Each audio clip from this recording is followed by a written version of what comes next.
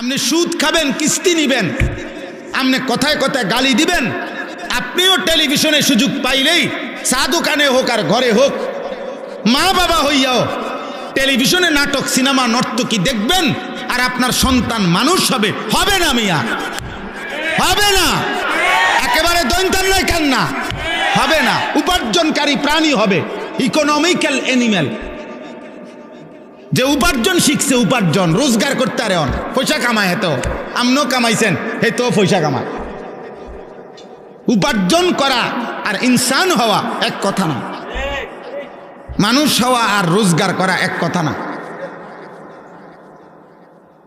বুঝেন না? রোজগার তো হালাল হারাম বিভিন্নভাবে হইতে পারে, হইতে পারে না? এজন্য ইনসান হওয়া চাই। আমাদেরকে আল্লাহ তাআলা হায়াত দিছেন, আল্লাহ দিছেন। অনস্তিত্ব থেকে আল্লাহ আমাদেরকে অস্তিত্বে এনেছেন। আব্বা আল্লাহ দিয়েছেন এই হায়াত, আল্লাহ দিয়েছেন এই রাত আল্লাহর, এই দিন আল্লাহ, এই সকাল দুপুর আল্লাহ। প্রতি ঘন্টা যায় আমার হায়াত যায়, প্রতি মিনিট যায় আমার জীবন থেকে যায়, প্রতি সেকেন্ড যায় আমার জীবন থেকে যায়, আমার জীবন যায়। জমিনের এই ঘূর্ণায়ন, আব্বা ওই যে ছেলেটা, বাবা তুমি উঠে যাও, আব্বা তুমি, বাবা উঠে, তুমি বেশি ডিস্টার্ব করতেছো। এই তোমারে বলছি, তোমারে, এই গেঞ্জিওয়ালা ছেলে তোমারে বললাম, আব্বা তুমি চলে যাও এখান থেকে, আব্বা আমার ডিস্টার্ব হয়, আমার কষ্ট হয়, তুমি এনে কথা বলো না, ফাজলামি করো না, ওঠো বেটা এখান থেকে, ফালতু কোথাকার বেটা, ফাজলামি করো কেন এখানে? তোমাকে কেউ জবরদস্তি করে বসাইছে, তুমি যাও গিয়ে বাইরে গিয়ে বুট খাও বেটা, আকামলা কোথাকার।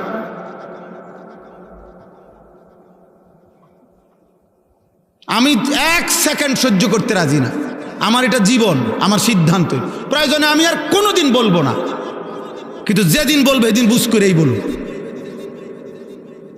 সাফ কথা, গাফেল ফালতু মানুষ আমি পছন্দ করি না। এতবার বলার পরেও ফাইজলামি করে, মস্কারি করে। এত অল্প বয়সে বেয়াদব যদি এরকম হও বেটা, আখলাক শিখবা কোন দিক? মানুষ হও বেটা, মানুষ হও। আব্বা নষ্ট হয়ে গেলে, একটা ছেলেকে বলি আব্বা, নষ্ট হয়ে গেলে, পয়চা গেলে তোমার খবর কেউ নিবে না। স্বার্থপর এই দুনিয়া, কারো হাতে টাইম নাই। তুই বেটা নারী দেখতে দেখতে, উলঙ্গ ছবি দেখতে দেখতে, তোর হাত তোর লজ্জাস্থানে নাপাক নষ্ট করতে করতে পয়চা যদি গল্লাও যাও, শরীর জীবন যৌবন শেষ করে ফেলো, কারো হাতে টাইম নাই তোর খবর নেওয়ার বেটা। স্বার্থপর এই দুনিয়া, স্বার্থপর। মা বাবা স্বার্থপর মিয়া, বাপ মাও হাজারো লাখ লাখ, বাবা মা হিসাব হইল, আরে রাখ পড়লে পর, নামাজ রোজা বাদ দে, পয়সা কামাই কর বেটা, আমার টেয়ার দরকার, টেয়ার দরকার বেটা, টেয়া দে, সোজা কথা। এরপরে তুই মানুষ নাও, মানুষ এটা পরে চিন্তা করুন। কিসের নামাজ, কিসের আল্লাহ খোদা, আমার টেয়ার দরকার, টেয়া দে। হ্যাঁ যা বিদেশ যা, নইলে দেশে থেকে কাম কর, এত কথা বুঝি না আমি, আমার টেয়ার দরকার। স্বার্থপর দুনিয়া। তুমি নষ্ট হয়ে গেলে কেউ ভাবার টাইম নাই, কারো টাইম নাই, কারো টাইম নাই। পয়চা গল্লা যদি চরিত্রহীন হয়ে যায়, অনেক ছেলে, তোমরা তো এই সুযোগটা পাইছো আব্বা, মা বাবার খামখেয়ালি, অভিভাবকের খামখেয়ালি, পরিবারের বন্ধন ছুটে গেছে, যার কারণে আজকে তোমাদের অসংখ্য ছেলে রাত দিন গুনাহ করার পরেও তোমাদেরকে টেনে ধরবে, ফিরাবে, এমন অভিভাবক অনেকের কপালে জোটে না। 365 দিনে খোদার 1 বছরে নামাজ পড়ে নাই, একদিনও ফজরের নামাজ, কিন্তু মানুষরূপী এই হাইওয়ানকে, আহারে তোর কপালে একটা মানুষ জোটে নাই যে তারে হাত ধরে বলবে, কিরে আব্বা তুই কোনোদিন ফজর পড়বি না? বিষয়টা কি? ওর কপালে এমন একজন মানুষ জোটে নাই। আমার 75 বছর বয়সী মা, আলহামদুলিল্লাহ, আমার আম্মা এখনো আমার জিগায়, ফুত নামাজ পড়ছুন, খোদার কসম। আমার 75 বছর বয়সী মা আমার এখনো জিগায়। আমার এই 22 বছরের ওয়াজের জীবনে আলহামদুলিল্লাহ, আল্লাহর দয়া, মা আমারে শতবার বলছে, ফুত সারা দেশে কত জায়গায় ওয়াজ করো, সাইও টাকা পয়সা লইয়া মানুষের লগে ঝামেলা কইরো না। এই কথাইটা আমার আম্মা আমারে মনে শতবার বলছে, শতবার, যে মানুষের লগে দিলে আইন না দিলে নাই। আমি হাল খাতা দিলে বহু মাহফিলের টাকা পাবো, বিশ্বাস করে। এমনি বললাম আর কি, বহু মা এমনি চলে আসছি, খালাস দিলে পারছে দিছে, না দিলে নাই, খালি বাল্লি। অর্থাৎ বুঝাইতে চাইলাম আব্বা ইনসান হও। আমরা তো চিল্লাই তোমাদেরকে বলি, কে বলবে? কতদিন হয় নারী দেখো, কতদিন হয় উলঙ্গ ছবি দেখো, কতদিন হয় মোবাইলে রাত দিন নর্তকী দেখো। এই যে বেঈমানের মতো চুল রাখছো, কেউ নাই তোমার অভিভাবক? কে তোমারে বলবে যে এটা মুসলমান না? পেশাব করে পানি নাও না। আল্লাহ নবী সাল্লাল্লাহু আলাইহি সাল্লাম নিজে হাতের আঙ্গুল দিয়ে দেখাইছে, সাহাবীরা দেখো এই কবরে আযাব হইতেছে। কেন জানো? নবী নিজে বলছে এই ব্যক্তি প্রস্রাব করে ঠিক মতো পবিত্র হইতো না, এই কারণে তার কবরে আযাব হচ্ছে। এটা নবী বলে নাই? স্পষ্ট হাদিস বাবা, আল্লাহ নবী নিজে দেখাইয়া বলছে যে এই কবরে আযাব হচ্ছে। কেন? সে প্রস্রাব করে, দুইটা বর্ণনা, একটা হলো প্রস্রাব করে পবিত্র হওয়ার ক্ষেত্রে তার গুরুত্ব কম ছিল, আরেকটা বর্ণনা হইল প্রস্রাব করার সময় 1-2 ফোঁটা 3 ফোঁটা যে ছিটকা পড়ে পিছনে, আবার এই ছিটা থেকে ঠিক মতো সে ফরহেজ করতো না, খেয়াল করতো না, এমন জায়গায় এমনভাবে পেশাবও করে ফেলছে যার কারণে 2-4টা ছিটকা প্রস্রাবের লুঙ্গিতে জামাতে এসে পাল্টায় পড়ছে, অথচ সে গুরুত্ব দিত না। আল্লাহ নবী সাল্লাল্লাহু আলাইহি সাল্লাম বলেন প্রস্রাবের ছিটা থেকে ঠিক মতো পাক ছিল না, খেয়াল করে নাই, খোদার কসম নবী বলছে এই কারণে তার কবরে আযাব হইতেছে। তোমরা বলো আব্বা, মাঝবয়সী মুসলমান বলে কি পরিমাণ মুসলমান, কি পরিমাণ নওজোয়ান পেশাব করে পানি নেয় না, কি পরিমাণ কল্পনা করে প্রস্রাব করে টয়লেট পেপার ব্যবহার করে না। এই অপবিত্র মানুষ তার জীবনটা কাটে কি বলে, রাত কাটে কেমন বলে? ইনসান হওয়া আল্লাহ তাআলা, আমি এই জন্য বলতেছিলাম আল্লাহ তাআলা আমাদেরকে হায়াত দিয়েছেন, আমরা অস্তিত্বহীন ছিলাম। কাইফা তাকফুরুনা বিল্লাহ ওয়া কুনতুম আমওয়াতান ফাআহইয়াকুম। আল্লাহ বলে কেমনে এমন মালিকের নাফরমানি করো? আরে তুমি তো মৃত ছিলা, তোমার তো নাম ছিল না, আমি আল্লাহ তোমাকে জীবন দিয়েছি। এইভাবে আল্লাহ মনে করায়, আল্লাহ যেন কাছে নিয়ে কইতেছে, এই বেটা কাইফা তাকফুরুন, আরে কেমনে আমার সেজদা না দিয়া থাকলা বেঈমান, আমি তোরে বানাইছি বেটা, তোরে আমি বানাইছি বেটা, আজকের রাত আমি দিছি, তোরে ঘুম থেকে আমি জাগাইছি বেটা, বেঈমান একটা সেজদা দিলি না, মানুষের বাচ্চা, মুসলমানের বাচ্চা বেটা, হাইওয়ান, একটা বেনামাজি দাঁড়ায়া বল বেটা তুই মানুষের বাচ্চা বেটা, এখন দাঁড়া বেটা, প্রতিবাদ কর, দাঁড়া বেটা, এখন দাঁড়া। মানুষের বাচ্চা তো নিকৃষ্ট হয়, মুসলমানের বাচ্চা। আল্লাহ বলছে কাইফা তাকফুরুন। বিষয়টা কি বান্দা, আমার নাফরমানি করছো কোন হিসাবে? ওয়া কুনতুম আমওয়াতান, তোমরা তো মৃত ছিলে, তোমাদের তো কোনো নাম ঠিকানা ছিল না। আগামী বছর কোন কোন বাচ্চা বাংলাদেশে জন্ম নিবে তাদের নাম নিশানা সরকারের খাতার মধ্যে আছে? বাংলাদেশের কোনো বিভাগের কাছে আছে? ইউনিয়ন পরিষদে লেখা আছে? তো আমরা কেউ জানি? তো আমাদের তো কোনো অস্তিত্ব ছিল না। আল্লাহ তাআলা সেখান থেকে আমাদেরকে হায়াত দিয়েছেন, হায়াত দিয়েছেন। হাল আতা আলাল ইনসানি হিনুম মিনাদ দাহর লাম ইয়াকুন শাইআম মাযকুরা ইন্না খালাকনাল ইনসানা মিন নুতফাতিন আমশাজ। আল্লাহ বলে, আহারে বান্দা, তোমার উপর দিয়ে তো যুগের পর যুগ এমন গেছে যখন তোমার কোনো নাম ঠিকানা ছিল না। কতকাল তুমি মাটির অস্তিত্বে, মানুষকে আল্লাহ মাটি থেকে সৃষ্টি করেছে, কিসের থেকে? এখন প্রশ্ন হইল যে আমারে সৃষ্টি করছে যেই মাটিটা থেকে, ওই মাটিটা পৃথিবীতে কত কাল থেকে ছিল আমি জানি? পৃথিবীর কেউ জানে? তো মাটিতে ছিল কতদিন কেউ জানে না। খাবারের মধ্যে ছিল কতদিন, তোমার অস্তিত্ব কেউ জানতো না। বাপের বীর্য হিসাবে ছিল কতদিন কেউ জানতো না। মায়ের জরায়ুতে ছিল কতক্ষণ কেউ জানতো না। আমি সব ধাপ পার করে আমি আল্লাহ স্বামী স্ত্রীর মিলিত বীর্য থেকে আমি তোমাকে সৃষ্টি করেছি। আমাকে চেনো না? হ্যাঁ, আমাকে চেনো না?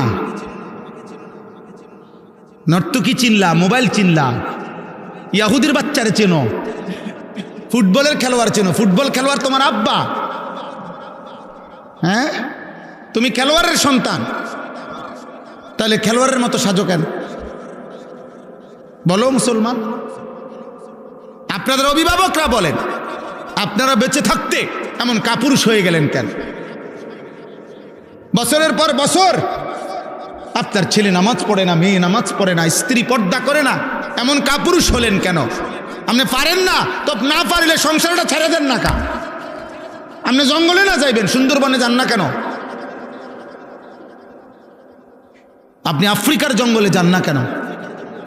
আপনি ওলামায়ে কেরাম থেকে জিজ্ঞাসা করছেন কোনোদিন যে হুজুর আমার ছেলেটা যে নামাজ পড়েন আমি আর কি করতে পারি? কয়জনই জিজ্ঞাসেন বলেন? আমার স্ত্রী যে পর্দা করে না আমি আর কি করতে পারি? না, কেন হু দিত, হু তাবিজ। হুজুর বিদেশ যাই না, তাবিজ আছে নি দেন। কেন হু দিব? আর কোনো তাবিজ আসেনি? আর কোনো লাল লাল কালি দিয়ে লেখা দোকানের উপরে ঝুলাই দেন হুজুর, এমন একটা তাবিজ লাগাই দেবো, দেন লেখা দেন, কয় টাকা লাগুক লাগুক, ব্যবসায় যাতে উন্নতি হয়। চা দোকানে দোয়া করাই দিছে হুজুর, হুজুর দোয়া করে দেন খাস করে। হুজুর যাইতে দেরি নাই। এই যে টেলিভিশন শুরু হয়েছে, এই যে নর্তকীর নাচ শুরু হয়েছে, এই নাফরমান আর কোনোদিন এই টেলিভিশন আর বন্ধ করে না। হুজুর দিয়া দোয়া করাই দিছে।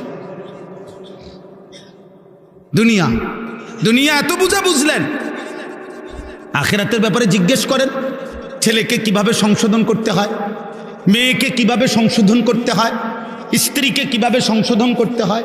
না, সে উঠছে এক ঠেলাতেই 3 তালাক না 30টা দিয়ে পড়ছে। যা বেড়ি তোর দিলাম সাইড। এরপরে আবার ব্যবে করে কাঁদে, অথবা নিজেদের মধ্যে এমন জঘন্য কথা আছে। সেদিন এক ছেলে আমারে বলছে কাঁদতে কাঁদতে, আমি অবাক, আসমান থেকে যেন পড়ছি। সে বলতেছে হুজুর আমার বয়স এখন 28 বছর, আমার বয়স যখন 12 বছর তখন আমি নিজ কানে শুনছি আমার আব্বা মা ঝগড়া করতে গিয়ে আমার বাবা আমার মারে 3 তালাক দিছে, কিন্তু হুজুর আমি নিজ কানে শুনছি, অথচ ওনারা একভাবে সংসার করতেছে এখনো।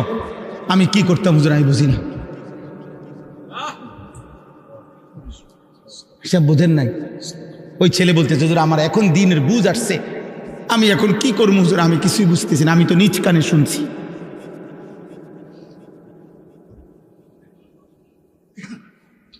তো দুনিয়া খামখেয়ালি, দুনিয়া ভোগ করতেছে আর কি। দুনিয়া আখেরাত দিয়া করবো কি?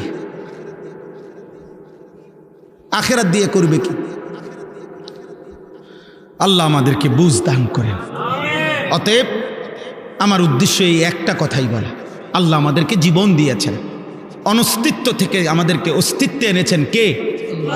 আল্লাহ আমাদেরকে হায়াত দিয়েছেন আব্বা। সেই মালিক বলছেন লিয়াবলুয়াকুম আইয়ুকুম আহসানু আমালা। কেন দিলাম হায়াত? এই রাত কেন দিলাম? এই দিন কেন দিলাম? বান্দা তোমারে আমি জন্ম থেকে ধীরে ধীরে এই বয়সে কেন পৌঁছাইলাম? আমি আল্লাহ তাআলা তোমাকে শিশু, কিশোর, যুবক, বৃদ্ধ এই বয়সগুলো কেন দিলাম? এই হায়াত কেন দিলাম?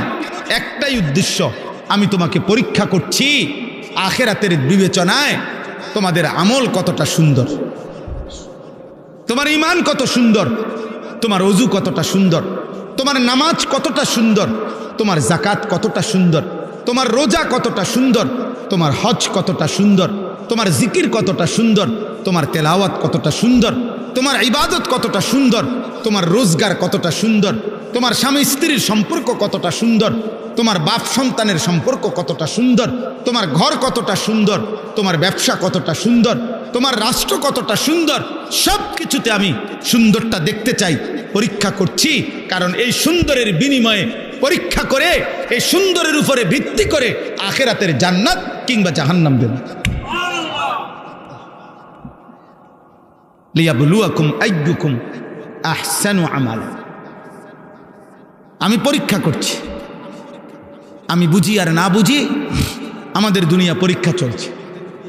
এজন্য দুনিয়াকে বলে দারুল ইমতিহান, আখিরাতকে বলে দারুল জাযা।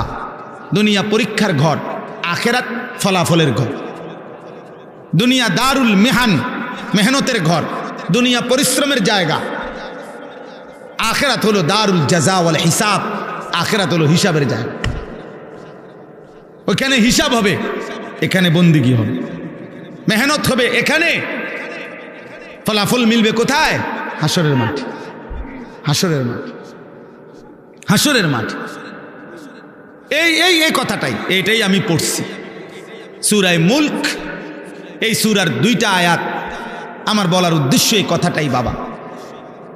মূল কথা এটাই। আল্লাহ তাআলা বলেন তাবারাকাল্লাযী বিয়াদিহিল মুলক, সুউচ্চ সুমহান মহান আল্লাহ।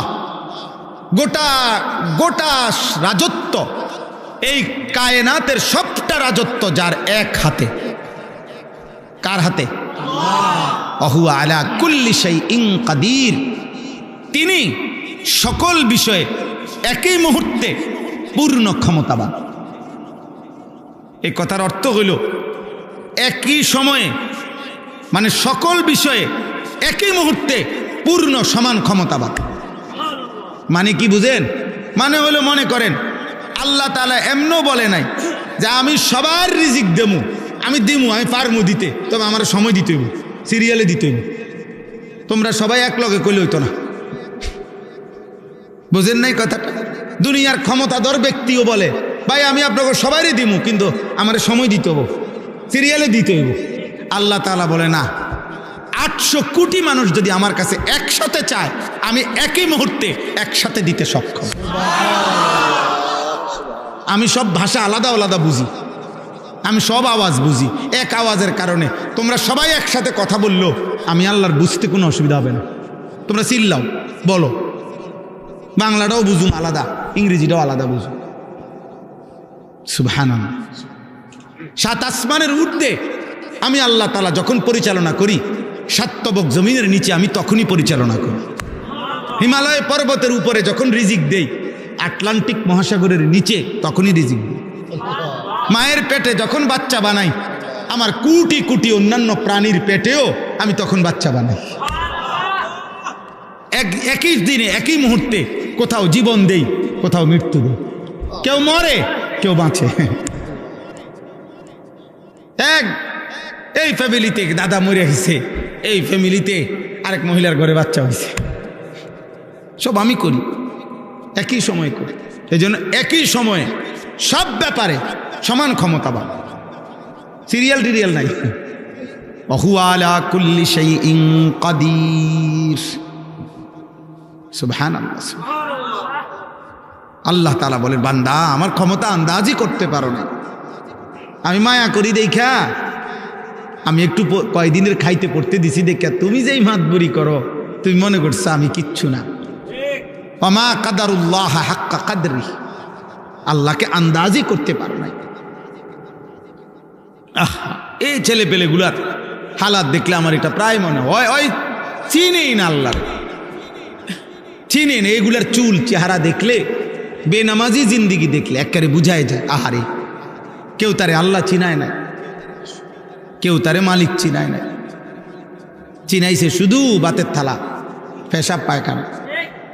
চিনাইছে তারে শুধু মোবাইল আর লজ্জাস্থানের চাহিদা, নারী, ছবি, অশ্লীল দৃশ্য, উলঙ্গ নাচ। আফসুস, আল্লাহ চিনা, আল্লাহকে বুঝা, এত বড় মহান মালিককে চিনা আব্বা অনেক বড় নিয়াম। আল্লাহ আমাদেরকে তৌফিক দান করে। শেষ আয়াত, আল্লাযী খালাকাল মাউতা ওয়াল হায়াতা। আল্লাহ বলেন আল্লাহই মৃত্যু সৃষ্টি করেন প্রতিনিয়ত যে মৃত্যু হয় এটা কার ফয়সালা? আল্লাহ তাআলা। মৃত্যু আল্লাহর সৃষ্টি। মৃত্যু মানে নাই না, নাই না, মৃত্যু একটা সৃষ্টি। মৃত্যু মানে শেষ না, না শেষ না, একটা সৃষ্টি এটা। মৃত্যু মানে স্থানান্তর, ইনকিতাউ তাআল্লুকে রূহিল বাদান, শরীরের সাথে রূহের যে বন্ধন ছিল এটা বিচ্ছিন্ন করা, স্থানান্তর করা, ট্রান্সফার করা অন্যত্র, এটারে বলে মৌত। মৃত্যু মানে শেষ না, না, মৃত্যু মানে হারায় গেছে না আব্বা, মৃত্যু মানে স্থানান্তর হয়েছে। এইটা টিস্যু বক্স এখানে ছিল, আমি এটা স্থানান্তর করে এখানে আনছি, এইটাই ইন্তেকাল। এটাই কি এখান থেকে এখানে আনছি। মৃত্যু মানে আমি মাটিতে ছিলাম, সেখান থেকে আল্লাহ আমাকে স্থানান্তর করে খাবারের মধ্যে আনছে, বিভিন্ন ফল ফসল, সেখান থেকে স্থানান্তর করে আমাকে বাবার বীর্যে নিছে, বাবার মুখে খাবার দিয়া, সেখান থেকে আমাকে মায়ের জরায়ুতে পৌঁছাইছে, সেখান থেকে আমাকে স্থানান্তর করে 9 মাস পরে মায়ের পেট থেকে পৃথিবীতে আনছে, এখান থেকে স্থানান্তর করে কবরে পৌঁছাবে, ওইখান থেকে স্থানান্তর করে হাসরের মাঠে পৌঁছাবে, হাসরের মাঠ থেকে স্থানান্তর করে আল্লাহ তাআলার সামনে পৌঁছাবে, আল্লাহ তাআলার সামনের থেকে মিজানের পাল্লার সামনে পৌঁছাবে, মিজানের পাল্লা থেকে ফুলসিরাতের সামনে নিয়ে যাবে, সেখান থেকে হয় জান্নাত মিলবে নয় জাহান্নাম মিলবে। জান্নাতে গেলেও চিরস্থায়ী, জাহান্নামে গেলেও চিরস্থায়ী। অতএব মানুষের কোনো শেষ নেই, স্থানান্তর হয়, স্থানান্তর। কি হয়? শেষ হয় না। কি হয় না? শেষ হয়, শেষ হবে। সুখে থাকলে সুখের শেষ হবে না, দুঃখে থাকলে দুঃখের শেষ হবে না, জান্নাতের নিয়ামত শেষ হবে না, জাহান্নামের আগুনও শেষ হবে না। লিয়াবলুয়াকুম, আল্লাহ তাআলা বলেন আমি আল্লাহ, আল্লাহই সৃষ্টি করেছেন মৌত ওয়াল হায়াতা, এবং জীবন। এই হায়াত কে দিয়েছেন? প্রতি রাত দিন ভোর সকাল, আলো অন্ধকার, রোদ বৃষ্টি, আকাশ জমিন, এই সব কিছু দিয়ে হায়াত। দুনিয়া জীবনের আয়োজন, এজন্য দুনিয়া কে বলা হয় দারুল হায়াত সুম্মা দারুল মামাত। দুনিয়া দুইটা, একটা হলো জীবনের ঘর, আরেকটা হলো মৃত্যুর ঘর। এখানে জীবনও হয়, এখানে মৌত হয়। আর আখেরাত হলো দারুল জাজা, দারুল বাকা। অর্থ আখেরাত হইল 1 নম্বরে প্রতিদানের ঘর, 2 নম্বরে চিরস্থায়ী ঘর, চিরস্থায়ী ঘর।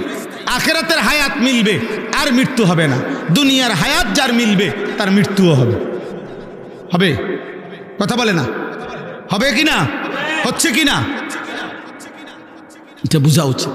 লিয়াবলুয়াকুম আইয়ুকুম আহসানু আমালা। আল্লাহ বলেন তাহলে এই হায়াত কেন দিলাম? তোমাদেরকে পরীক্ষা করার জন্য। আইয়ুকুম আহসানু আমালা, তোমাদের কার আমল কতটা সুন্দর, কার আমল কতটা সুন্দর। আমি আল্লাহ শুধু আমলের পরীক্ষা নিচ্ছি না, বরং আমলের সুন্দরের পরীক্ষা নিচ্ছি। কথা বলে না? শুধু আমলের পরীক্ষা না রে আব্বা। তাহলে নামাজ তো ছেড়ে দেওয়ার প্রশ্নই আসে না, আল্লাহকে বাদ দেওয়ার প্রশ্নই আসে না, ইবাদত ছেড়ে দেওয়ার প্রশ্নই আসে না। বরঞ্চ প্রতিনিয়ত একজন বিবেকবান মানুষের উচিত আরো কেমনে আমার অজু, নামাজ, সূরা, কেরাত, দোয়া, কালাম, জিকির, তাসবিহ, তেলাওয়াত, হজ, যাকাত, রোজা, নামাজ, হালাল হারাম, আমার জীবন, আমার ঘর, আমার সংসার, আমার পরিবার, আমার বিবি, আমার বাচ্চা, আমার রাত, আমার দিন আরো কেমনে সুন্দর হবে, আরো কেমনে সুন্দর হবে। এই জন্য প্রতিনিয়ত চেষ্টা করা, মেহনত করা, এটাই হলো দুনিয়ায় থাকার টার্গেট। তো সেটা কই আব্বা? নামাজ কই? সুন্দর করবো তো পরে, সেজদাই তো দেয় না। হ্যাঁ, ওনারে বলছে আপনি তো উজু গেছে গা। কয় না আমার উজু যায় না। কয় না আমি শুনলাম আপনার উজু গেছে গা। কয় না উজু যায় না। ঝগড়া করে এক পর্যায়ে হে বলতেছে আমার উজু আগের থেকেই ছিল না, যাইব করতে। বুঝলেন না? সে তো আমলই করে না, নামাজই পড়ে না, এ সুন্দর করবে কি? এই নাফরমান তো সেজদাই চেনে না। আল্লাহ তাআলা এবার শেষ কথা বলছেন, ওহুয়াল আজিজুল গফুর। শোনো বান্দা, দুই শব্দে বলে দিলাম, আমি কিন্তু হায়াত দিছি আমলের সৌন্দর্যের জন্য। এবার যদি এই কথাটা গ্রহণ না করে আমার নাফরমানি করো তো ঠিক আছে, মনে রেখো আমি আল্লাহ আজিজ, আমি সর্বোচ্চ ক্ষমতাধর, আমি পূর্ণ শাস্তি দিতে সক্ষম। আবার যদি আমল করো, চেষ্টা করো, তো এটাও মনে রেখো ভুল ভ্রান্তি শতভাগ আমি গফুর, মাফ করতে সক্ষম। খালাস।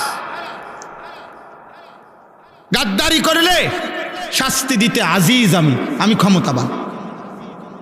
আনুগত্য করলে ভুল ভ্রান্তি কমতি ঘাটতি আমি গফুর, আমি মাফ করতে সক্ষম। এবার তুমি সিদ্ধান্ত নাও, তুমি আমার আজিজ নামের সিফাত দেখবা নাকি গফুর নামের সিফাত দেখবা, তুমি ফয়সালা করো। এই জন্য দোস্ত, আল্লাহ রহমানও আল্লাহ কাহারও। যে মালিক বলছে আমি প্রচন্ড দয়াশীল, সেই মালিক বলছে আমি জুন্তিকাম, আমি প্রচন্ড আজিজুন জুন্তিকাম, প্রচন্ড শক্তির সাথে প্রতিশোধ গ্রহণকারী। আমি সিরা ফেলামু বান্দা, টুকরা টুকরা করে ফেলামু। কাল্লা ইন্নাহা লাযা নাযাআতাল লিশ-শাওয়া।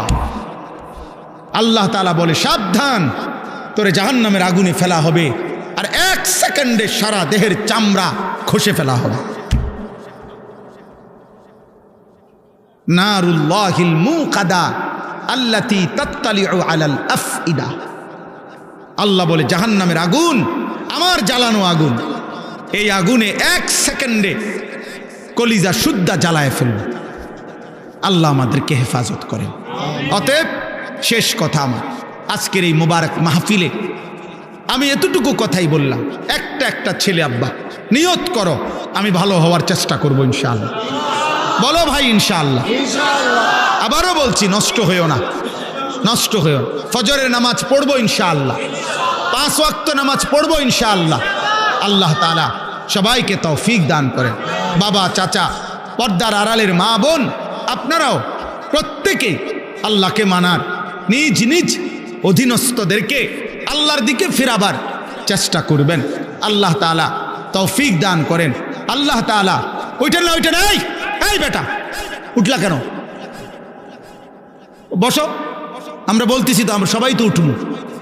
এই ছেলে, আব্বা বসো, বউ তুমি বউ, তোমাকে ট্রেন ছেড়ে দিচ্ছে নাকি?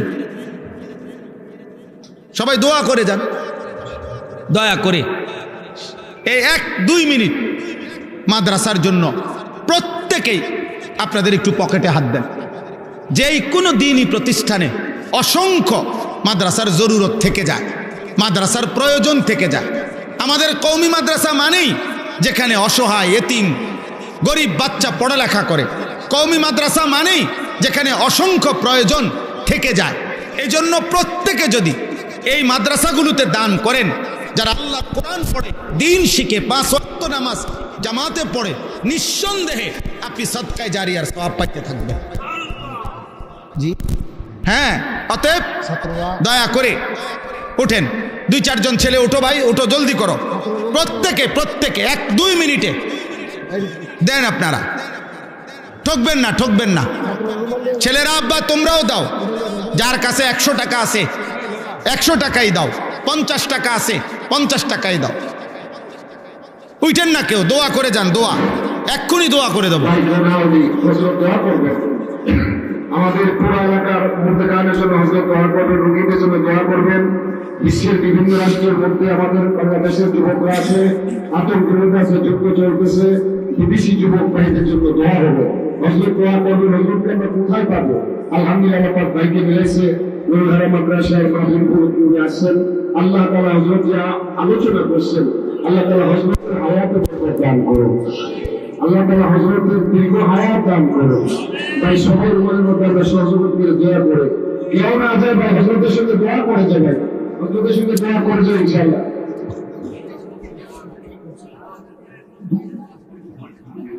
আসসালামু আলাইকুম ওয়া রাহমাতুল্লাহি ওয়া বারাকাতুহু। ওয়ালাইকুম আসসালাম। আমার ভাই জনাব মোহাম্মদ শরীফ, যে ব্যক্তি দাড়িওয়ালা সাদা দাড়িওয়ালা বয়স্ক মুরব্বীকে যে সম্মান করে, আল্লাহ নবী সাল্লাল্লাহু আলাইহি সাল্লাম বলছে সে যেন তার রব আল্লাহকে সম্মান করে। এই কথাটা বলার পরেও তো চুপ হওয়া উচিত ছিল। এই কথাটা বলার পরেও আন্তরিকতা দেখানো উচিত ছিল। আব্বা, বক্তা হাজার হাজার, আল্লাহওয়ালা অল্প, আরিফিন অল্প, রব্বানিয়িন খুব কম, বক্তার অভাব নাই। এই সুর হাঙ্গামা হুঙ্কার ঝঙ্কার উড়াইয়া লাইব চুরা লাইব ইডি বহুত, কিন্তু আরিফিন কম, কামিলিন কম, আব্বা রব্বানিয়িন কম কম। চোখের পানিতে যাদের চোখ ভিজা, রাত গভীরে রবের সিজদায় যারা পড়ে থাকে, জীবন ভোর যারা আল্লাহর কোরআন রসুলের সুন্নার লাগাতার খেদমত করে, 24 ঘন্টা যারা উম্মত নিয়া দিন নিয়া ফিকির করে, এমন মানুষ খুব কম। শোনার মানুষ কম, আলোকিত মানুষ কম। কদর করা উচিত, কদর করা উচিত। হুজুরের যেটা বললেন সহিলপুরের, আমি যখন সেই 94 সালে আমরা যখন দারুল আরকাম পড়ি, তখনও আলহামদুলিল্লাহ আমার স্পষ্ট মনে আছে 94, 95 সময়ও আমরা এই সহিলপুরের তাফসির শুনতে আমিও আসছি। বড় হুজুর রহমতুল্লাহ আলাইকে আমিও দেখছি আলহামদুলিল্লাহ।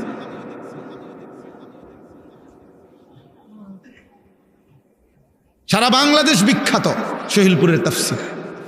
আল্লাহ তাআলা সবাইকে কবুল করেন।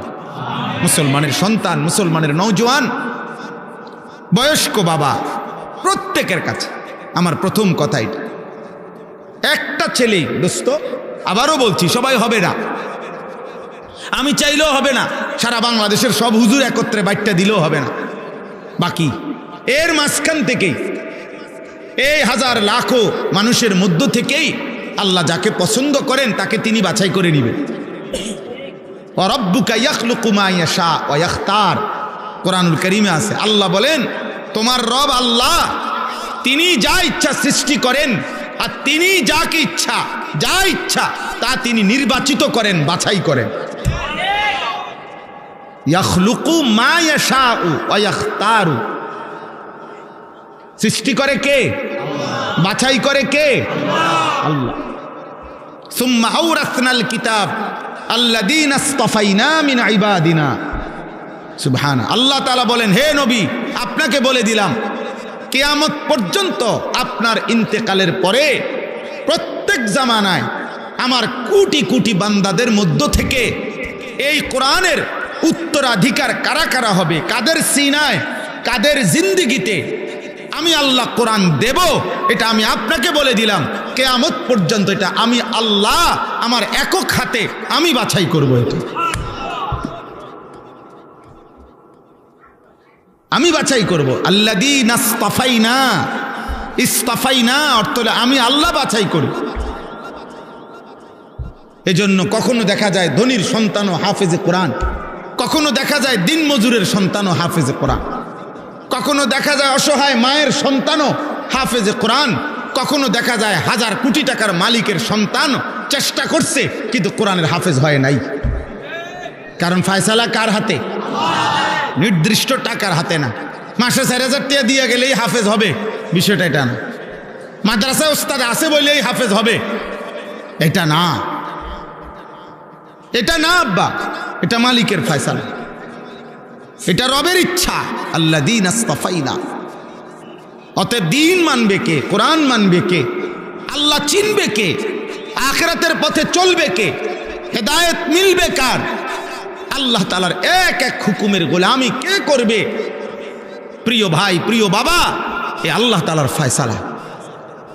ভাত খাওয়া সাধারণ বিষয়, ঘুম যাওন সাধারণ বিষয়, পেশাব পায়খানা সাধারণ বিষয়, লজ্জাস্থানের চাহিদা পূরণ সাধারণ বিষয়। এটা কুত্তারও পূরণ হয়, কুত্তারও বাচ্চা হয় বেটা। তো কুত্তার যদি যৌন চাহিদা পূরণ না হইতো ওর বাচ্চা হয় কেমনে? শুকরেরও বাচ্চা হয় বেটা, পেশাব পায়খানা ওদেরও হয় বেটা। খাবারের চাহিদা ওদেরও পূরণ হয়, লজ্জাস্থানের চাহিদা ওদেরও পূরণ হয়। এ তো কেমন কিছু না। একটা বাঘ কমপক্ষে প্রতিদিন এক বেলায় কমপক্ষে গবেষকদের কথা হলো 20 থেকে 25 কেজি গোশত খায়, এবং প্রতিবেলায় গোশত খায়, ভিন্ন কিছু খায় না। একটা হাতি একদিনে 250 কেজি খাবার খায়,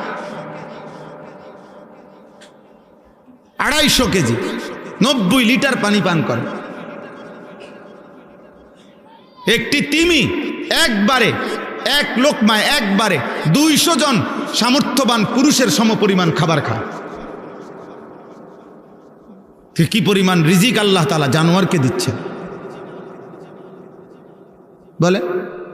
জানোয়ারের খাবারে কোনো ফরমালিন নাই, জানোয়ারের খাবারে কোনো 2 নম্বর নাই। আসেনি 2 নম্বর, করতে আইব 2 নম্বর, কোনো ভেজাল নাই, ফ্রেশ খাবার, আল্লাহর সৃষ্টির সবচেয়ে পিওর খাবার খায়। তাইলে এই জন্য দিন মানে আল্লাহকে চিনা, আল্লাহ তাআলার গোলামি করা, এটা বড় নিয়ামত, বড় নিয়ামত। কাউকে দুনিয়া আল্লাহ 1000 যদি দেয় কিছুই দেয় না। কাউকে আল্লাহ তাআলা ইবাদতের তৌফিক দিছেন, তাকে আল্লাহ তাআলা শ্রেষ্ঠতম নিয়ামত দিছেন। ইমানের চাইতে দামি কিছু নাই, সেজদার চাইতে দামি কিছু নাই। লা সাজদাতুন ওয়াহিদাতুন খায়রুম মিনাদ দুনিয়া ওয়া মা ফিহা।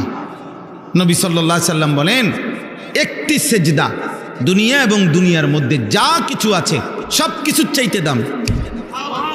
কয়টি সেজদা? একটি সেজদা। নবী সাল্লাল্লাহু আলাইহি সাল্লাম বলছে, সুবহানাল্লাহ আযমু মিন উহুদিন। একবার সুবহানাল্লাহ বলা উহুদ পাহাড়ের চাইতে ভারী নাকি? তাহলে পৃথিবীর লক্ষ কথার চাইতে এক সুবহানাল্লাহর ওজন কত? হ্যাঁ, গোটা দুনিয়ার চাইতে এক সেজদার দাম কত? সেই সেজদা যার মিস হয়ে গেল, তোমার জীবনে কিছুই অর্জন হয় নাই।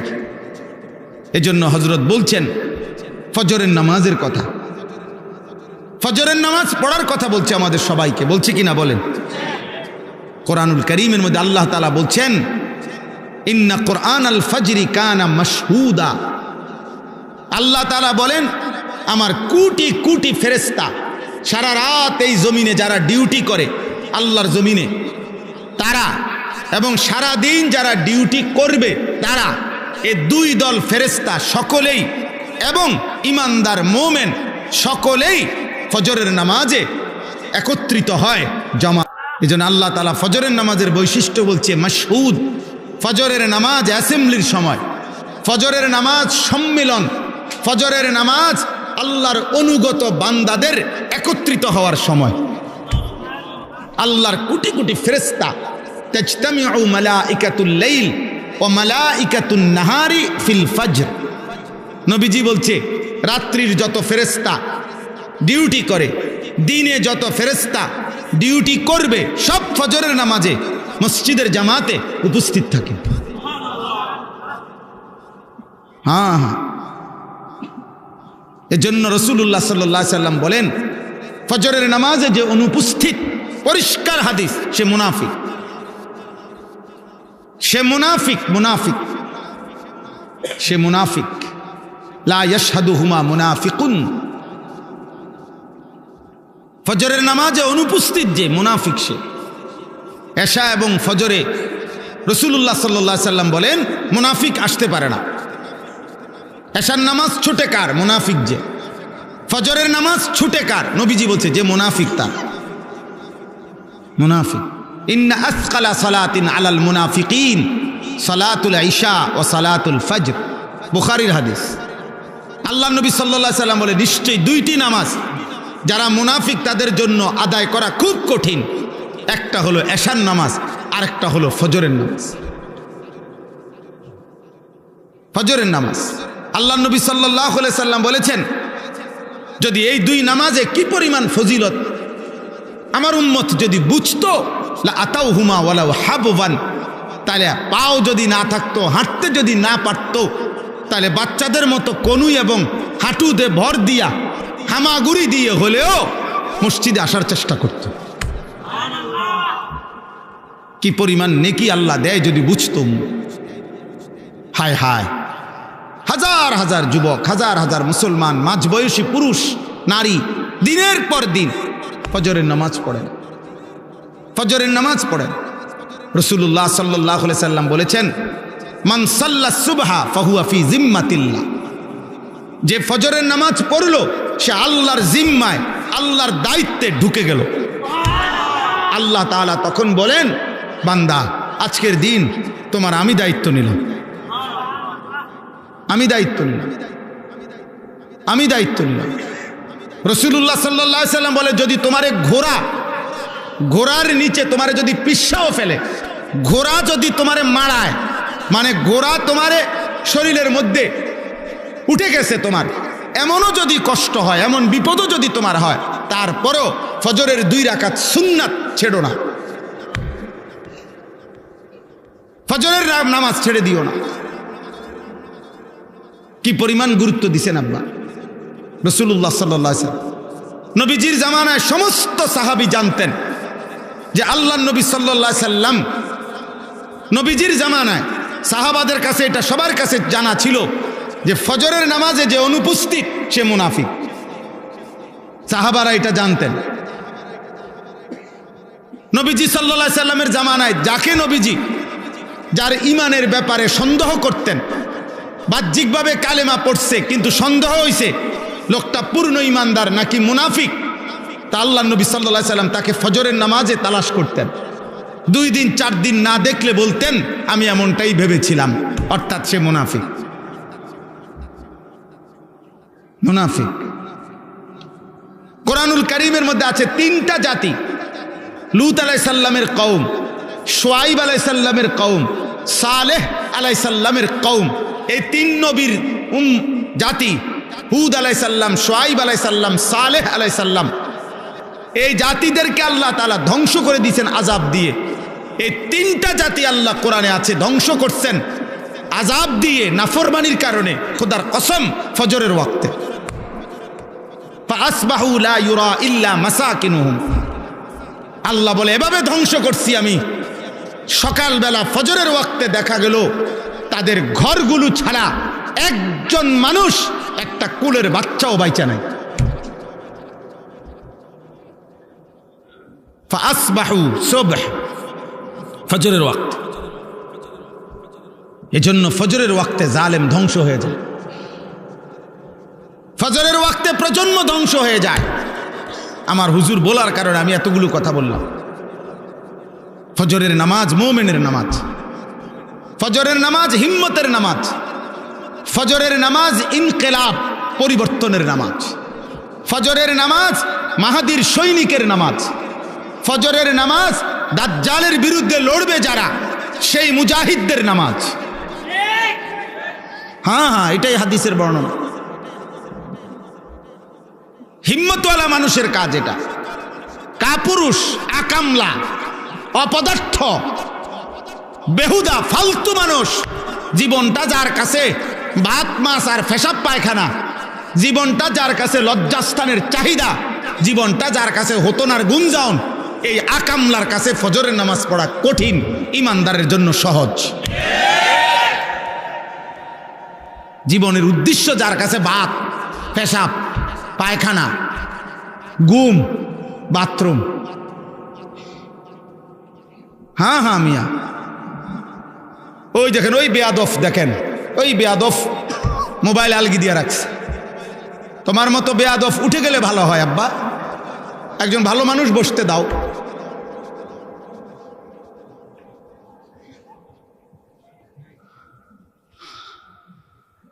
এজন্য এটা জরুরি আব্বা, বাবাদের কাছে বলি, আপনাদেরও জিম্মাদারি।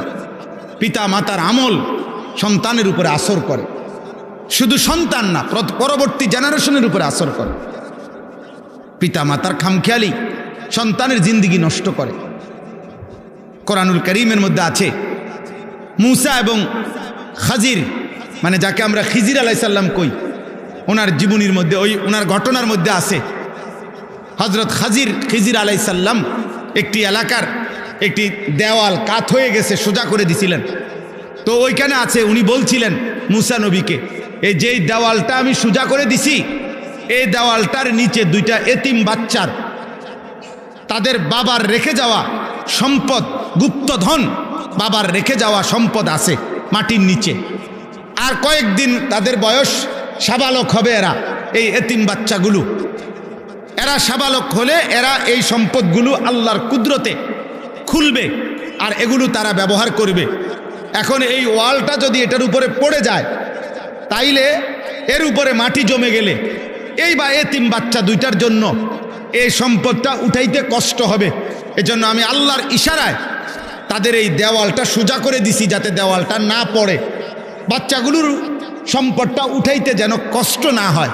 তো ওইখানে একটা কথা আছে কোরআনে, ওয়াকানা আবুহুমা সালিহা, কারণ এদের বাবা ছিল এই দুই বাচ্চার নেককার। নেককার বাবার বরকতে আল্লাহ আমার মতো খিজিরকে দিয়ে এতিম বাচ্চার সম্পদের হেফাজত করে দিল। হিসাব করছেন? وأما الجدار فكان لغلامين يتيمين في المدينة وكان تحته كنز لهما وكان أبوهما صالحا।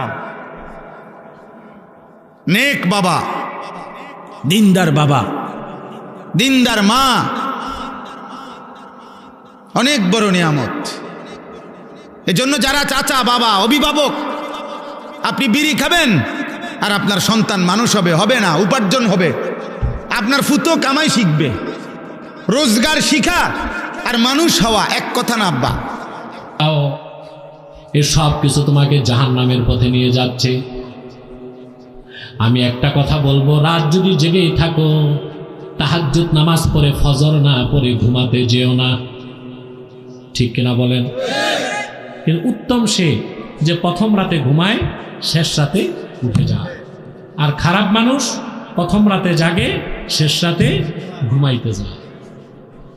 আব্দুল্লাহ ইবনুল মুবারককে জিজ্ঞেস করা হয়েছিল যে বকরি বাচ্চা দেয় বছরে কম, কিন্তু বকরির সংখ্যা বাড়ে, কুত্তা এতগুলি বাচ্চা দেয়, কুত্তার সংখ্যা বাড়ে না কেন? আব্দুল্লাহ ইবনুল মুবারক বলছেন, তার কারণ বকরি প্রথম রাতে ঘুমায়, শেষ রাতে উঠে যায় আল্লাহর জিকির করে, আর কুত্তা সারা রাত ঘুরে ফজর রাগ দিয়া ঘুমায়। কথা বুঝেন নাই ভাই? তা আপনারাও যদি সারা রাত ফেসবুক দেখেন, ইউটিউব দেখেন, আড্ডা দেন, আর রাত 3টায় যান ঘুমাতে, তাহাজ্জুদ তো দূরে থাক, ফজরই তো থাকবে না, লানত তো আসবে। টাকা কামাই করবেন, বরকত পাবেন না, সুন্দরী বউ আনবেন, শান্তি পাবেন না, টাকার পাহাড় হবে, রোগবালাই যাবে না। রাতে অন্তত 1 ঘন্টা জাগতে হবে ফজরের আগে, ওযু গোসল করে 2-4 রাকাত তাহাজ্জুদ নামাজ পড়ে আল্লাহর কাছে হাত তুলে যা দরকার তা চেয়ে নেবেন। দিনের বেলা যত গুনাহ হয়েছে আল্লাহর কাছে মাপ চাইবেন। তাদের ব্যাপারে আল্লাহ বলেছেন, ওয়াল মুস্তাগফিরিনা বিল আসহার, শেষ সাথে যারা আল্লাহর কাছে ক্ষমা চায়, বলেন সুবহানাল্লাহ। তাহাজ্জুদ নামাজ পড়বেন তো ভাই ইনশাআল্লাহ। 40 যাদের বয়স পার হয়েছে তাদেরকে তো আমি মনে করি প্রতিদিন 4 রাকাত তাহাজ্জুদ পড়া উচিত। আমি সুনান তিরমিজি, খাতিব তাবরিজি একটা হাদিস রওয়ায়াত করছেন, আমি এটা বলি বিষয়টা শেষ করছি ইনশাআল্লাহ, ঠিক আছে ভাই? খাতিবে তাবরিজি রওয়ায়াত করেন, আল্লাহর হাবিব সাল্লাল্লাহু আলাইহি ওয়াসাল্লাম একদিন সাহাবায়ে কেরামকে বললেন, ইন্না ফিল জান্নাতি গুরাফা তুরা যুহুরুহা মিন বুতুনিহা ওয়া বুতুনুহা মিন যুহুরিহা। আল্লাহর জান্নাতের মধ্যে কতগুলো খাস কামরা আছে, যার ভিতর থেকে বাহির দেখা যায়, বাহির থেকে ভিতর দেখা যায়। ফাকামা আরাবিয়্যুন ফাকালা লিমান হিয়া ইয়া রাসূলুল্লাহ সাল্লাল্লাহু আলাইহি ওয়াসাল্লাম। এক বেদুইন সাহাবী দাঁড়ায় গেলেন আর বললেন, ইয়া রাসূলুল্লাহ, ইয়া হাবিবাল্লাহ, বেহেশতের ভিতরের এই কামরাগুলো আল্লাহ কাকে দান করবেন? আল্লাহর হাবিব বললেন, লিমান আতাবাল কালাম ওয়া আত'আমাত তাআম ওয়া আদামাস সিয়াম ওয়া সাল্লা ফিল লাইলি ওয়ান নাসু নিয়াম। আমার যে উম্মত তার মুখের কথা পবিত্র করলো, গরিব মিসকিনকে খাওয়ালো, বেশি বেশি নফল রোজা রাখলো, আর নামাজ পড়লো রাতে তখন সবাই ঘুমায় থাকলো যখন, কথা বলে না, আল্লাহ তাকে শুধু বেহেশত দিবেন না, বেহেশতের ভিতরে সেই খাস কামরাও আল্লাহ তারে দান করে দিবেন। তাহলে আল্লাহ বলেছেন আস-সাবিরিনা ওয়াস-সাদিকিনা ওয়াল-কানিতিনা ওয়াল-মুনফিকিনা ওয়াল-মুস্তাগফিরিনা বিল আসহার। সাদাকাল্লাহুল আযীম ওয়া সাদাকা রাসূলুহুন নবিয়ুল কারীম ওয়া নাহনু আলা যালিকা মিনাশ শাহিদিন ওয়াশ শাকিরিন ওয়ালহামদুলিল্লাহি রাব্বিল আলামিন। আমি আর কষ্ট দিচ্ছি না আপনাদেরকে একটা অনুরোধ করব। আমি এখানে আপনারা বিভিন্ন দল ও মতের লোক আছেন কিনা ভাই? এখন সবাই চাচ্ছে রাজনৈতিক ঐক্য। মুনাজাতের আগে বসো না বাবা, এই কি টাইপের কাঠের মানুষ তোমরা? তাও এখানে বসবো, ওই জায়গাটা, এই দাঁড়ানো লোকগুলো বসলে কিন্তু প্যান্ডেলে জায়গা হয় না, কিন্তু এই দাঁড়াই থাকবে, এক মজা নিয়ে আসে। আমি জানি ঘোড়া বসতে পারে না, এর জন্য দাঁড়ায় ঘুমায়। তোমরা কি ঘোড়ার গোশত খাও নাকি যে খাসলত আসছে? হ্যাঁ প্রিয় ভাইরা, ওই জায়গাটা একটু রোদ, তো রোদে বসবে না, একেবারে আলালের ঘরের দুলাল না। প্রিয় ভাইরা, এখন সবাই ঐক্য করে। আমি আমার ফর্মুলা 12 মাস আগেই দিছি, রাজনৈতিক ঐক্যের দ্বারা কোনো ইসলামী দল ক্ষমতায় যেতে পারবে না। দ্বীনের স্বার্থে যদি ঐক্যবদ্ধ হয়, ইসলামী রাজনৈতিক দলগুলো ক্ষমতায় যেতে পারবে। রাজনৈতিক ঐক্য কোনো কাজ হবে না। যেমন জামাত ইসলামী, খেলাফত মজলিস, শাসনতন্ত্র, সবার মোব ইসলামী আন্দোলন, ঐক্যজোট, সবার ভোট এক করলে সর্বোচ্চ হয় 21%। কত? আরে 21% ভোট দিয়াতে 100 সিটও হয় না, তো ক্ষমতায় যাবেন কেমন করে? ভোট ইঞ্জিনিয়ারিং সেটা ভিন্ন বিষয়। স্বাভাবিক গতিতে নির্বাচনে এই রাজনৈতিক ঐক্যের মাধ্যমে মুসলমান ক্ষমতায় যেতে পারে না। তবে এই সব রাজনৈতিক দল যদি দেশের সব আলেম ওলামা পীর মাশায়েখ নিয়ে অরাজনৈতিক ঐক্য করে দ্বীনের স্বার্থে, তাহলে আমার দেশে ইসলামপন্থীরা ক্ষমতায় যাবে, এটা 1 ঘন্টার বিষয়। কারণ রাজনৈতিক ঐক্য করে ওনারা যদি ক্ষমতায় যায়, আমাদের লাভ কি? তাহরিকে খাতনে নবুয়ত বাংলাদেশের লাভ কি? হেফাজতে ইসলাম বাংলাদেশের লাভ কি? আমরা তো রাজনীতি করি না, আমরা তো ক্ষমতা পাবো না, তা আমাদের লাভ কি ওনাদেরকে ক্ষমতায় পাঠায়? ওনারা যদি কমিটমেন্ট দেয় যে ক্ষমতায় গেলে দ্বীনের স্বার্থে এই কাজগুলো করবেন, মুসলমানদের দাবিগুলো আদায় করবেন, তাহলে আমরা সব ঐক্যবদ্ধ হয়ে ওনাদেরকে ক্ষমতায় পাঠাই দিব। এটাই তো আমার কথা। আমার কথাটা না বুঝে অনেক ইসলামী রাজনৈতিক দলের নেতারা এখন আমার বিরোধিতা করতেছে। আমি মনে করি করুক বিরোধিতা, এক সময় আল্লাহ তাদের জ্ঞান খুলে দিবেন। আর আমি যা বলছি, তারা নির্বাচনের আগেও তার প্রমাণ পেয়েছেন, নির্বাচনের পরেও তার প্রমাণ পাবেন। আমাদের 3টা স্বার্থে এক হইতে হবে। ইসলামের সুমহান স্বার্থ রক্ষায় আমাদের ঐক্যবদ্ধ হতে হবে। মুসলমানদের মৌলিক দাবিগুলো আদায় আমাদের এক হইতে হবে। সুদীর্ঘ 50 বছরে যারাই ক্ষমতায় গেছে, মুসলমানের রক্তের উপর পা রেখে ক্ষমতায় গেছে, কিন্তু মুসলমানদের দাবি একটাও তারা মানে নাই। 50 বছর আগ থেকে মুসলমান দাবি করছে কাদিয়ানীদেরকে অমুসলিম ঘোষণা করতে হবে। কোন সরকার দাবি মানছে? মুসলমানরা দাবি করে আসছে মুরতাদের শাস্তি মৃত্যুদণ্ড কার্যকর করতে হবে, এ দাবি মানা হয়েছে? মুসলমানেরা দাবি করে আসছে, আমাদের কাসিমি সাহেব যে কথা বললেন যে আমাদের শিক্ষা ব্যবস্থা ইসলামী শিক্ষা ব্যবস্থা চাই, এটা কোন সরকার দাবি মানছে? তাহলে আমরা কিছুই তো পেলাম না। এখন ইসলামী রাজনীতির ব্যানারে যারা রাজনীতি করেন, তারাও যদি আমাদের সাথে ওয়াদা রক্ষা না করেন, আমরা তো আর ঐক্যবদ্ধ হতে পারি না। এটা আমি তাহরিকের পক্ষ থেকেও জবাব, হেফাজতের পক্ষ থেকেও এটাই জবাব। কি বলেন আপনারা? 3টা স্বার্থে এক হতে হবে। ইসলামের সুমহান স্বার্থ রক্ষায় ঐক্যবদ্ধ হতে হবে, মুসলমানদের মৌলিক দাবিগুলো আদায় এক হইতে হবে, আর বাংলাদেশের স্বাধীনতা রক্ষায় এক হইতে হবে। আমাদের এই 3টি দাবির বিরুদ্ধে কাজ করছে বাংলাদেশে 3টি অমুসলিম সম্প্রদায়। তার মধ্যে সবচেয়ে নিকৃষ্ট হচ্ছে কুখ্যাত কাদিয়ানী সম্প্রদায়। তারা কাফের। ঠিকটা ঠিক মতো কইলা না, তারা কাফের। কাদিয়ানীদেরকে যারা কাফের বলবে না, তারাও কাফের। কারণ আল্লাহর আখিরি নবী নূর নবীজি আমার মুহাম্মদ সাল্লাল্লাহু আলাইহি সাল্লাম আল্লাহ শেষ নবী, এই কথা তারা বিশ্বাস করে না। এবং তারা মনে করে 1857 সালে কোরআন বাজেয়াপ্ত হয়ে গেছে। তাহলে এই কুখ্যাত কাদিয়ানীরা শুধু কাফের না, ইহুদিদের চেয়ে নিকৃষ্ট কাফের। মানুষকে তারা ধোঁকা দেয়, মানুষকে ধোঁকা দিয়ে কাফের বানাতে তারা মুসলমানদের মতো নাম রাখে, টুপি লাগায়, দাড়ি রাখে, তাই বলে মুসলমান হবে? আরে ভাই, দাড়ি রাখলে কেউ যদি মুসলমান হতে পারতো তো রবীন্দ্রনাথ ঠাকুরের চেয়ে বড় মুসলমান কে হইতো? টুপি লাগাইলে কেউ যদি মুসলমান হতে পারতো তো ভারতের পার্লামেন্টে হিন্দু এমপিরাও তো টুপি লাগায়, তার কি মুসলমান? নাম রাখলে মুসলমান হওয়া যায়? এক শয়তান বোতলে পেশাব করে উপরে লেবেল লাগাইছে শরবত, ওটা কি শরবত হবে? ভিতরে কি? তদ্রুপ কাদিয়ানীরা কাফের। আব্দুল আউয়াল আব্দুস সামাদ, মোবাশ্বের আলী কবির চৌধুরী, গহর রেজবি শাহরিয়ার কবির আর নিঝুম মজুমদার, এসব নাম রাখার দ্বারা তারা মুসলমান হতে পারে না। আমার ভাইরা, আমার বন্ধুরা, আমার আল্লাহ ও নূর নবীজি আমার মুহাম্মদ সাল্লাল্লাহু আলাইহি ওয়াসাল্লামের ইসলাম ও কোরআনের হাজার হাজার হাজার বছর পরে বর্তমান ভারতের কুখ্যাত পাঞ্জাবের কুখ্যাত গুরুদাসপুরের কুখ্যাত কাদিয়ানে ইংরেজ আমলে এক শয়তান নিজের নবী দাবি করছে। চিল্লায় বলেন নাউজুবিল্লাহ। ওই শয়তানটার নাম রেখেছিল তার বাপ মির্জা গোলাম আহমদ কাদিয়ানী। সাবধান, তাকে গোলাম আহমদ বলা যাবে না, কারণ গোলাম আহমদ অর্থ আহমদ এর গোলাম। কোন কাফের কোনদিনও গোলাম আহমদ এর গোলাম হতে পারে না।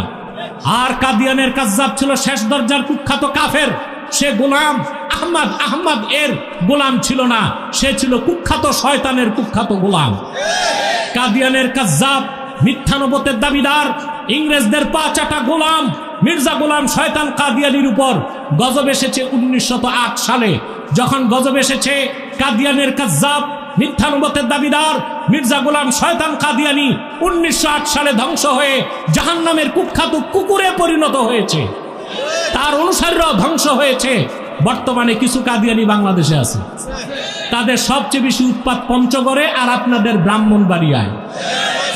বাংলাদেশে 100 সেন্টার করে ফেলছে। কত? উপাসনালয়কে মসজিদ বলে। হিন্দুদের মন্দিরকে মসজিদ বলা যাবে? খ্রিস্টানদের গির্জাকে মসজিদ বলা যাবে? ইহুদিদের সিনাগগকে মসজিদ বলা যাবে? তো কাদিয়ানীরা তো তাদের চেয়ে বড় কাফের অমুসলিম, তাদের উপাসনালয়কে মসজিদ বলা যাবে? ওটা একটা শয়তানি আস্তানা। তারা নাম পরিবর্তন করে করে মিথ্যা পরিচয় দেয়। কখনো নিজেদের পরিচয় দেয় আহমদী জামাত, কখনো বলে আহমদিয়া জামাত, কখনো বলে আহমদী সম্প্রদায়, কখনো বলে আহমদিয়া সম্প্রদায়, কখনো বলে আহমদী মুসলিম জামাত, কখনো বলে আহমদিয়া মুসলিম জামাত। সাবধান, যত কাদিয়ানি ছিল আছে থাকবে, তারা কেউ আহমদী জামাত নয়, আহমদিয়া জামাত নয়, আহমদী সম্প্রদায় নয়, আহমদিয়া সম্প্রদায় নয়, আহমদী মুসলিম জামাত নয়, আহমদিয়া মুসলিম জামাত নয়, তারা শয়তানি জামাত, কুখ্যাত জাহান্নামের কুখ্যাত কুকুরের দল। আমাদের সকল দলের একটাই দাবি, কি তাহরিক, কি হেফাজত, কি মজলিস, কি জামায়াত, কি খেলাফত, কি বিএনপি, কি আওয়ামী লীগ, সকল দল মতের মুসলমানের একটাই দাবি, অনতি বিলম্বে স্বাধীন বাংলায় শয়তান কাদিয়ানীদেরকে রাষ্ট্রীয়ভাবে অমুসলিম ঘোষণা করতেই হবে, করতেই হবে, করতেই হবে। এই দাবি আদায়ে যদি জানমাল দেবার ডাক আসে, কারা কারা প্রস্তুত আছেন হাত তুলে দেখান।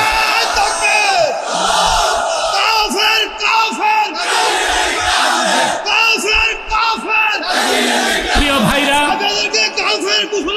করতে হবে, করতে হবে, করতে হবে। হেফাজতে ইসলাম বাংলাদেশ, তাহরিকে আত্মে নবুয়ত। প্রিয় ভাইরা, কাদিয়ানীদেরকে অর্থনৈতিক সহযোগিতা করবেন না? করেন? জি করেন। প্রাণ কোম্পানির যত জিনিস তাদের, প্রাণ, সেজান কোম্পানির জুস তাদের, RFL এর পণ্যগুলো তাদের, প্রথম আলো, ডেলি স্টার, ভিশন এগুলো তাদের। এগুলো ধরবেন না, কিনবেন না, বেচবেন না, নৈতিক দায়িত্ব হিসেবে মনে থাকবে ইনশাআল্লাহ। আগামী 15ই নভেম্বর সোহরাওয়ার্দী উদ্যানে বাংলাদেশের সকল আলেম ওলামার পক্ষ থেকে হেফাজত, তাহরিক, কওমি মাদ্রাসা বোর্ড, উলামায়ে আহলে সুন্নত, উলামায়ে দেওবন্দ কওমি সবার সম্মিলিত প্রচেষ্টায় হেফাজতের নেতৃত্বে মহাসমাবেশ সারওয়ার্দ উদ্যানে। আমি তো থাকবই, আপনাদেরও যেতে হবে। যাবেন তো ইনশাল্লাহ? আরেকটি অমুসলিম সম্প্রদায় আমাদের যুবকদের ক্ষতি করতেছে, এটা হচ্ছে হিজবুত তাওহীদ। এটা হিজবুত তাওহীদ না, হিজবুত শয়তান। এটার আকীদা খুব খারাপ। এরা মানুষকে বলে যে দাজ্জাল বলতে কিছু নাই, আমেরিকাই দাজ্জাল। এটা কেন বলে জানেন? কারণ দাজ্জাল হত্যা করতে কে নামবে? ঈসা ইবনে মারিয়াম। নবী পরিচয় না, উম্মত পরিচয়। তো ঈসা মাসিহ যে আকাশ থেকে নামবেন, এটা অস্বীকার করাও কুফর। মানে এটা তো তারা বলতে পারে না, বলে দাজ্জালই তো নাই, তার মানে ঈসা নামার দরকার কি? এরকম কুফরি আকীদা তারা প্রচার করে। তারা বলে নামাজ হচ্ছে ট্রেনিং, ওযু থাকলেও নামাজ হবে, ওযু ছাড়াও নামাজ হবে। তারা বলে বোরখা পর্দা এগুলো শরীয়তে নাই, মেয়েদের বোরখাকে বলে বাক্স।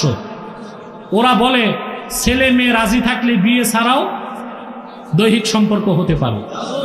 এই হিজবুত তাওহীদ হচ্ছে জিন্দিক জিন্দিক জিন্দিক। আরেকটা মুসলিম সম্প্রদায় খ্রিস্টান মিশনারি, তারা হাত দিছে আমাদের স্বাধীনতায়। তারা চাচ্ছে পার্বত্য চট্টগ্রামকে আলাদা করে একটা খ্রিস্টান রাষ্ট্র বানাতে। এই সুযোগ দিবেন? এক সাগর রক্তের বিনিময় হলেও খ্রিস্টান মিশনারিদের অপতৎপরতা বাংলার মাটিতে দাফন করে দিব। ইসকনের ব্যাপারে একটা কথা বলি। ইসকন হচ্ছে ইসলামের শত্রু, মুসলমানের শত্রু, দেশের শত্রু। তাদের বিষ দাঁতকে যদি ভেঙ্গে দিতে না পারেন মুসলমান, ইসকন একজন ইমামকে হাইজ্যাক করছে তা না, প্রত্যেক আলেম ওলামা পীর মাশায়েখের গায়ে তারা হাত দিবে যদি ইসকনকে নিষিদ্ধ করা না হয়। ঢাকা প্রেস ক্লাব মানববন্ধনে আমি সরকারকে বলেছি, যদি বাংলাদেশের সবচেয়ে পুরনো রাজনৈতিক দল আওয়ামী লীগ নিষিদ্ধ হতে পারে, যদি সেনা কর্মকর্তাদের বিচার হতে পারে, তো বাংলাদেশে ইসকন কেন নিষিদ্ধ করা হবে না? ইউনূসের কাছে জানতে চায় বাংলাদেশের মুসলমান। উগ্রবাদী হিন্দু সংগঠন ইসকন, এটা নিষিদ্ধ করতে হবে। ইসকনের কোন কার্যক্রম ব্রাহ্মণবাড়িয়াতে করতে দেওয়া হবে না। রাজি আছেন?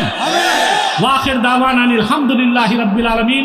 আমি এখন উঠে যাচ্ছি, দোয়া হবে। কিছু বললে বল।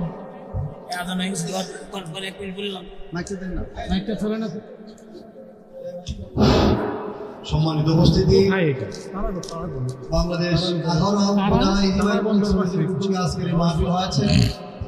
যারা কষ্ট করেছেন আপনারা সবাই বসেন। আপনারা দোয়া না করে কোথায় যাবেন? উপস্থিত আছেন আমাদের বেলজিয়াম সুমন ভাই, উনি এই মাহফিল বাস্তবায়ন করতে গিয়ে প্রতি বছর আবুল কাসেম খান সাহেব, ওনার জন্য দোয়া চাই। উনি কোথায়? উনিও বড় ডোনার।